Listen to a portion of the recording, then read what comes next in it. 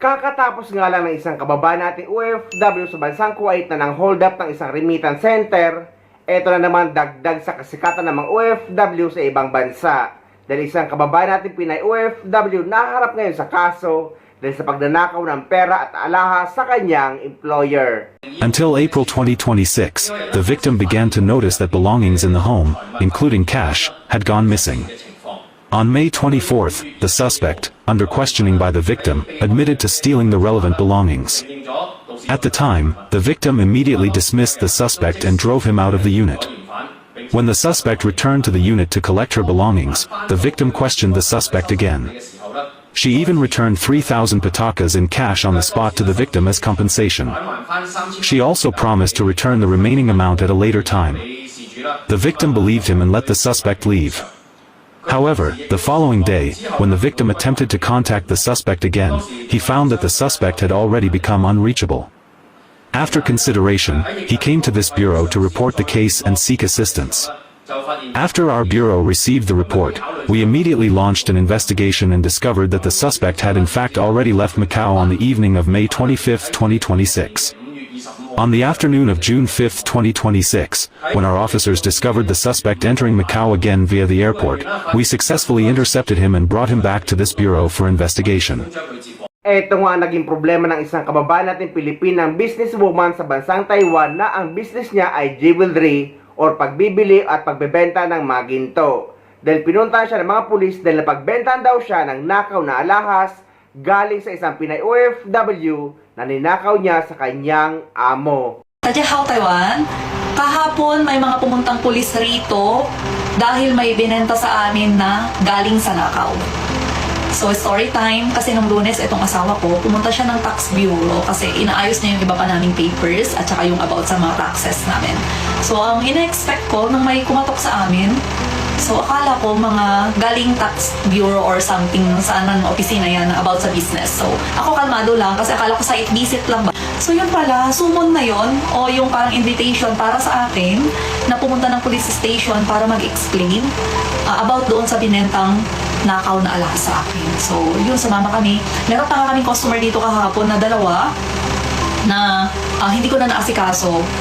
Tapos may mga nag-PM pa pala na pumunta sila rito, naka-close na kami. Pasensya na po kayo kung hindi namin kayo na-replyan at hindi kayo na-inform kasi po yung aking cellphone kahapon is nasa mga pulis po, hawak ng mga pulis kasi chinecheck po nila yung conversation namin ng tao na nagnakaw ng mga item. Kasi hindi kami face-to-face Hindi kami face-to-face kasi yung tao na nagnakaw, yung caretaker na nagnakaw is nasa Taipei. Tapos kami po is taga-Sincho lang. So, nung dumating na po kami doon sa presinto, sabi lang sa akin ng mga pulis, sabihin ko lang daw yung totoo. Then, yun na, nag-umpisa na yung interrogation. Ang tinanong sa akin saan kami nagkakilala, nitong tao na to. So, sabi ko through Facebook, nag-message siya, gusto niya magbenta sa akin ng alahas.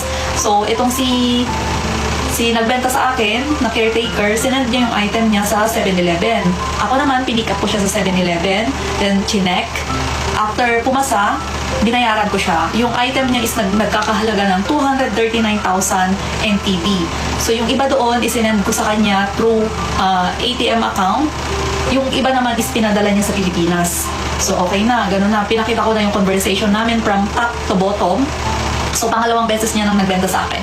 Pero yung unang beses na binenta niya sa akin ay hindi yun pag-aari ng kanyang amo. So hindi na yun kasama sa case. Yun lang hinahanap ng kanyang mga amo yung hinahanap sa akin. So sabi ko na-dispose na namin yung mga yan at wala na kasi buy now, patunaw later or dispose later kami. Ganun kasi yung ginagawa namin. Or binibenta na namin every week, ganyan. By batch, ganyan kasi. So hindi na namin siya pwedeng mabawi kasi wala na rin sa amin na ibenta na.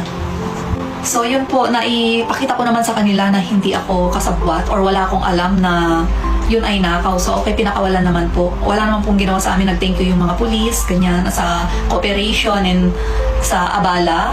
So ngayon naman po, ang gusto kong ipakiusap sa inyo, kung yung mga item po ninyo is nakaw, galing sa boss po ninyo, huwag nyo na pong tangkaing ibenta rito sa akin. Kasi po, nadadamay po ako.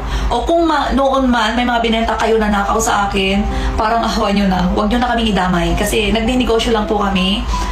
Sumusunod po kami sa batas. Kaya, please lang po. Huwag na kayong mandamay. Kung yung mga item naman po ninyo na ibebenta sa akin ay binigay lang sa inyo ng inyong mga amo or ng mga boss po ninyo, gagawa na lang po tayo ng kasulatan na sinasabi nyo doon na yun po ay sa inyo or binigay sa inyo ng amo ninyo para po in case magkaroon po ng problema, wala po kaming pananagutan dyan. So, ganun na lang po. Medyo maghihigpit po ako ng konti ngayon, gawa ng ganyan. Law-abiding citizen po tayo, pero sana naman po, negosyo lang po, negosyo lang. Pero pag ganyan po nanakaw na, sana naman po, mag-isip-isip kayo. Kasi gusto nyo bang makulong dito? Napakaganda ng Taiwan, pinapasahod po tayo rito, pinapasahod po kayo rito. Huwag ganyan, sinisira po ninyo yung buhay po ninyo eh. Kaya, please lang po, nasa ibang bansa po tayo, maging masunurin na lang po tayo rito kasi andito po yung kinabubuhay ng ating pamilya. So, parang hawan nyo na po. Huwag nyo na pong ibenta sa akin kung nakaw. At eto guys, kamakailan lang ito nangyari na isang Pinay pinaghahanap ng isang jewelry shop owner dahil sa pagtangay o pagnakaw nito ng isang alahas matapos itong magpanggap na isang customer sa isang jewelry shop sa Hong Kong. Mga madam, ito yung nangyaring nakawan nung Sunday sa Worldwide sa Royal Central Jewelry. So, sinum namin yung video para makita ng malinaw paano ang ginawa ni ating pagnanakaw. Tumalikod si Rubin, kumuha si ate ng 3 necklace, itinago yung isa. Kung mapapansin nyo, ayun, yung may tag. So, binalik niya yung isa kay Rubin, and then yung isa hawak niya para sukatin. Yung isa nasa loob ng kamay niya, kaya nakatikom. So, sabay sukat sa salamin, sabay tago nung isa. Ayun. So, yun. Pag harap niya, nakabuka na yung kanyang kamay kasi naitago niya na yung isa sa loob ng kanyang katawan. Tapos yung isa, yun kunwari ang napili niya, ibinalik niya kay Rubin. So, ayan. Maglalabas siya ng pera kasi nakapili na siya kunwari ng alahas.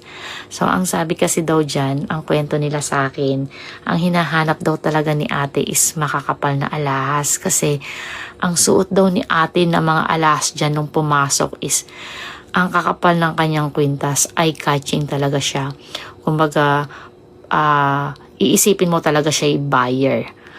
Kasi marami siyang suot na alahas. Kaya si ma'am that time busy rin siya sa paghahanap ng makakapal na alahas para ipakita kay ate. Kaya talagang nilansin niya yung mga tao. Pero dahil nga tumalikod dyan si Rubin, kaya nakuhanan talaga siya. At iyan, ang plano ni ate, ikakash niya nga daw, magwi-withdraw siya sa labas. Pero sabi nga ni Rubin, huwag ka nang mag-withdraw kasi may machine kami dito. Kung yan ay credit card or debit card, meron silang machine. Pero sabi daw dyan ni ate, magka-cash daw siya. Gusto niya raw cash. Kaya, pinare-reserve niya yung alahas dyan. So, magre-resibo na sana si Rubin. Pero sabi niya daw, babalik. So, yan yung ganong pangyayari. So, ngayon, dahil kasi, kaya ako alam kasi madalas ako dyan, natambay ako dyan, kaya kinuwento nila sa akin, and then sabi niya, baka daw kasi kakilala nyo, mga customer ko, o nakikilala nyo si ate, so ipagbigay alam nyo daw sa kanila. Punta lang kayo sa kanilang shop, kay Rubin o kay ma'am, bibigyan daw nila kayo ng reward kung sino man ang makakapagturo kay ate kung saan siya nakatira dito or kung kakilala nyo siya. So, magbibigay sila ng reward. At na po yan, nakapile na yung case niya. May case number na po yan. Kaya ngayon, sikat na sikat ang mga kababayan natin Pilipino sa ibang bansa or sa abroad, ngunit hindi sa talent, kundi sa kalokohan at katarantaduhan.